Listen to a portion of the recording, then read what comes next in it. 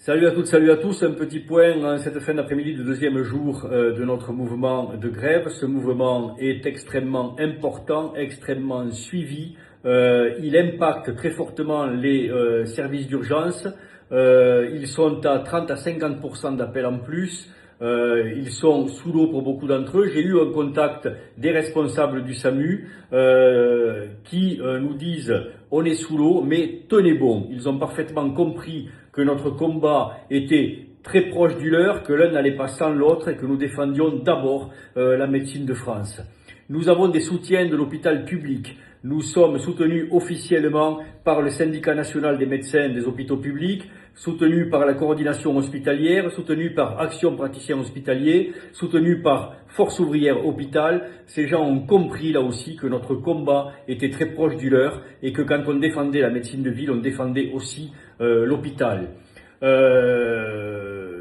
réquisitions, il y en a à tour de bras en médecine de ville et surtout en établissement, avec des réquisitions qui se font auprès des directions des cliniques où l'on demande aux directions de réquisitionner de multiples médecins. Alors, on est en train de voir avec les avocats si cela est légal, mais cela montre encore une fois que l'impact est très important, très important. Yannick Noder, ancien ministre, est intervenu cet après-midi à l'Assemblée nationale, a demandé à la ministre Rist de prendre en considération l'importance de ce mouvement, de se lancer dans un véritable Duquesne de la santé, ce sont ses propres mots, pour qu'elle reçoive les médecins et qu'elle construise avec eux le soin de demain et qu'elle répare surtout tout ce qui a été engendré, cassé, concassé par le projet de loi de finances, enfin par la loi de finances de la sécurité sociale. Ni un hasard, ni un mouvement d'humeur. C'est un signal d'alarme d'un système arrivé à bout de souffle. Un exercice devenu purement comptable, sans vision pluriannuelle,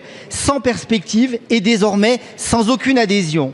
Nous sommes clairement au bout de ce modèle. La colère est immense, profonde et largement partagée.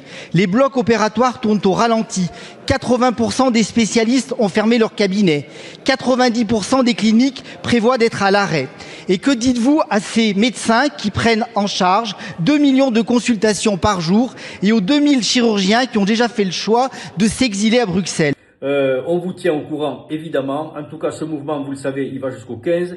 Il doit continuer, on doit continuer à mettre la pression. Si l'on veut obtenir beaucoup, il faut mettre beaucoup de pression et évidemment continuer. Il y aura une conférence de presse le matin, le 10 à 11 h de l'ensemble des organisateurs du mouvement, je le rappelle, l'ANEF, l'ISNAR-IMG, l'ISNI, Réagir, Jeunes Médecins, Médecins pour Demain, la CSMF, MG France, l'AFMF, le SML, Avenir Spé-le Bloc, l'UFML et la FHP. Tous seront présents à cette conférence de presse à 11 h, donc le matin de la manifestation. La manifestation, je le rappelle, point de départ au Panthéon, rendez-vous à midi et demi, départ de la manif à 14 h. Soyez tous présents, cette manifestation doit être extrêmement importante.